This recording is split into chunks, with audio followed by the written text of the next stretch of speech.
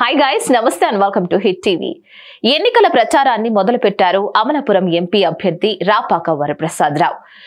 మలికిపురం మండలం చింతలముర్రి గ్రామంలోని తన సొంత ఇంటి నుంచి రాపాక వరప్రసాదరావు ప్రచారానికి శ్రీకారం చుట్టారు. ఈ సందర్భంగా స్థానిక దేవాలయంలో పూజలు చేసి అంబేద్కర్ విగ్రహానికి పూలమాలలు వేసి తన ఎన్నికల ప్రచారాన్ని మొదలుపెట్టారు. దీంతో ఆయన అభిమానులు భారీ ఎత్తున ఆయనకి శుభాకాంక్షలు తెలుపుతూ భారీ ఎత్తున ఆయనకు మద్దతుగా కార్ ర్యాలీ కూడా నిర్వహించారు.